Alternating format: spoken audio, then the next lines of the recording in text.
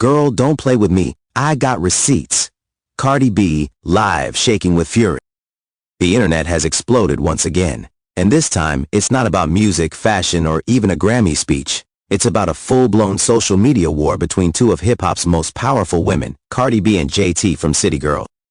But this wasn't just another petty online argument.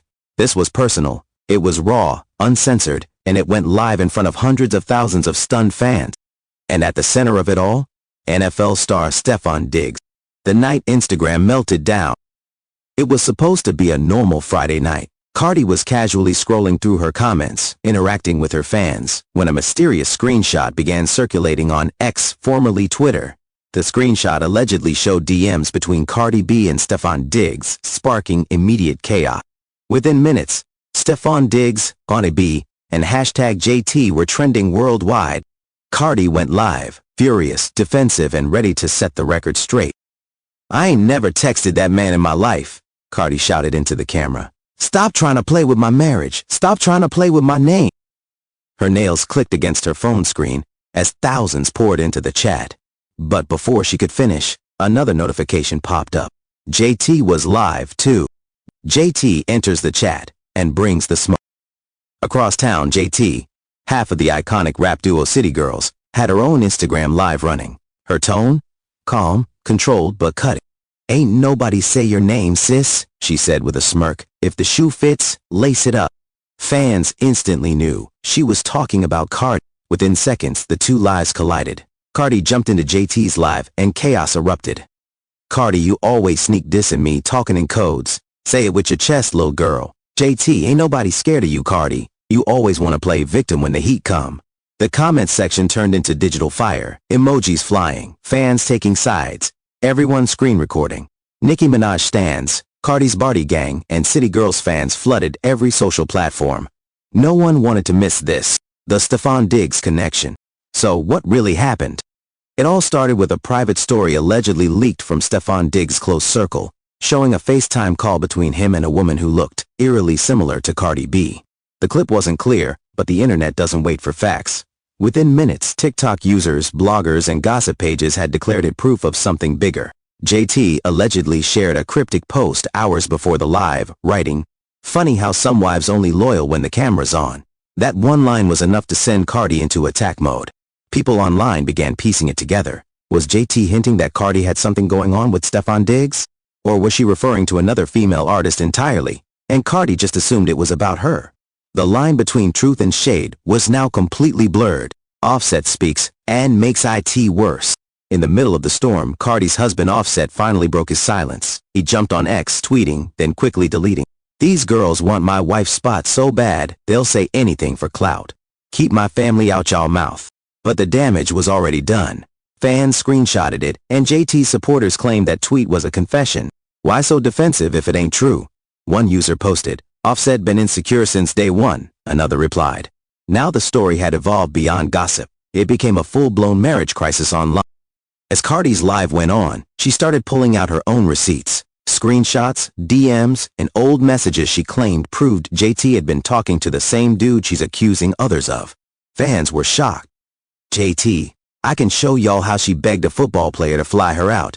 Don't make me post that," Cardi screamed, holding her phone up to the camera. The live abruptly ended right after that. Thousands of viewers kicked out mid-sentence. Moments later, JT's live went live again. Her eyes were red, but her tone was icy. "That's how you move when you scared. Leak it then, babe. I ain't hiding nothing." But when that video dropped, don't cry. "What video?" the internet screamed. A grainy, dimly lit video allegedly showed a woman with Cardi B's same tattoo and hairstyle sitting beside Stefon Diggs in what looked like a luxury hotel suite.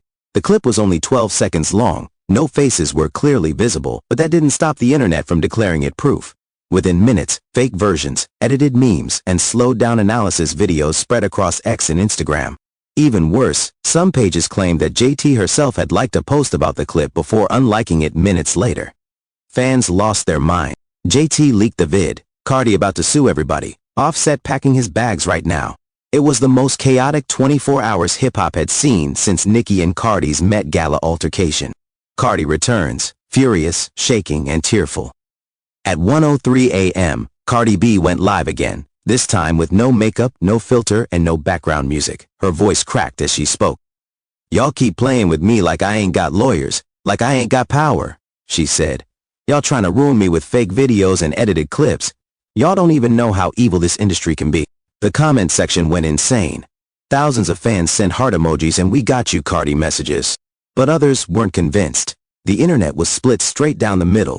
Meanwhile, JT posted a cryptic tweet that sent the gossip blogs into another frenzy. "Don't ever play the victim when you started the fire." Screenshots of her tweet instantly made it to TMZ and the Shade Room. Reporters were now camped out outside both Cardi's and JT's homes, desperate for quotes. Lawyers, GET involved. By sunrise, Cardi's team had officially filed a cease and desist letter against several gossip accounts accused of sharing the video. Her attorney released a statement to Rolling Stone. Cardi B denies all allegations and intends to pursue legal action against any party that fabricates or disseminates defamatory material. But JT wasn't backing down. During an impromptu live later that afternoon, she said, "They can send all the papers they want. Truth don't need no PR. I said what I said." The tension between them had now evolved into a legal and moral battlefield. Digging into Stefon Diggs. While Cardi and JT's feud took over social media, sports blogs began connecting the dots. Stefon Diggs, the Buffalo Bills wide receiver, had reportedly been spotted in New York City just days before the alleged video surfaced. A witness claimed he was seen leaving a restaurant with a woman with long blonde hair and big nails. That vague description alone sent Cardi B trending again. Her fans, however, came to her defense. "Cardi's been in LA all week for her Fashion Nova shoot," one user tweeted. JT trying to deflect from her own drama with Uzi, another posted. "Still, the rumors wouldn't die. Offset makes a move." On Sunday morning, fans noticed something shocking. Offset unfollowed JT on Instagram. A small move, but in celebrity culture, that's equivalent to a public declaration of war. Moments later, Offset posted an Insta story of him playing with his kids, captioned, "Family over everything. Don't let these clowns fool you." Fans started speculating whether his caption was aimed at JT or Cardi. Because while Cardi was defending herself online, Offset was unusually quiet. Sources close to the couple told gossip vlogs that Offset was embarrassed and tired of constant drama. He told her to log off, but Cardi never listens, one insider allegedly said. The industry reacted. By Monday, other artists began weighing in. Nicki Minaj, without naming names, tweeted, "They always expose themselves when the pressure hits. I just sip my tea." The tweet hit 500K likes in 2 hours. Fans connected the dots instantly. They believed Nicki was supporting JT given their close friendship. Then young Miami JT's City Girls partner jumped in, tweeting, "Ain't no city girl scared of no Barty. We said what we said." The rap world was now officially divided. Cardi's allies, like Megan Thee Stallion and Glorilla, publicly supported her, posting things like, "Keep your head up, sis. Real recognize real." Meanwhile, City Girls fans began calling Cardi the queen of deflection, saying she always plays the victim when called out. The mystery of the original leak. As tension escalated, a shocking twist emerged. The original clip wasn't first posted by JT, or even anyone close to her. An anonymous Reddit account, created just hours before the scandal broke, had uploaded it to a private Discord server. Digital forensics experts later confirmed the IP traced back to Los Angeles, not Miami, which ruled out JT's direct involvement. But the fact that JT liked a post about it moments after it went viral kept suspicions alive. Some fans began wondering if the entire fight was orchestrated, a PR stunt to boost both artists before their upcoming releases. "This could be the smartest marketing move of 2025, one ex-user wrote. Cardi and JT faking beef to dominate the charts. But both women denied it furiously. "Ain't nothing fake about this. She crossed the line," Cardi wrote. "PR stunts don't make you cry," JT posted minutes later, when the platform became a cross. By the time Gabriel Swaggart reached his late 30s, he had already built a worldwide audience. His sermons were airing across continents, his conferences were filling stadiums, and his words were inspiring millions of young believers. But what many didn't know was that behind the pulpit, a silent spiritual battle was raging. Success for a preacher can be both a blessing and a trap. It brings opportunities, but it also whispers temptations. You're doing great, you've made it. And for a brief moment, even Gabriel, strong in his faith, felt the weight of those whispers. He began to sense the tension between fame and faith. He wasn't chasing attention, but attention was chasing him. He later said in an interview, It's easy to talk about humility until the world starts clapping for you. Those claps can drown the voice of heaven if you're not careful. And for a short season, Gabriel felt that drift. Tiny, almost invisible, but real. The midnight moment. One night after a long revival service, Gabriel returned home completely drained. Everyone was asleep. He sat alone in his study, the dim lamp flickering on his open Bible. He whispered, "Lord, I've given everything. What else do you want from me?" There was silence. Then, slowly, his eyes fell on Luke 9:23. "If anyone would come after me, let him deny himself and take up his cross daily and follow me." That verse hit him like thunder. He realized that following Jesus wasn't about doing more. It was about dying more. That night, Gabriel prayed one of the most dangerous prayers a man of God can ever pray. "Lord, crucify my ego. Even if you have to break me again, do it. Just don't let me lose it." He fell asleep on the floor, tears soaking his Bible. The dream that shook his soul. As he slept, Gabriel had a vivid, life-changing dream. He found himself standing on a stage, not at Family Worship Center, but in a massive open field. Thousands of people stood before him, but instead of clapping, they were weeping.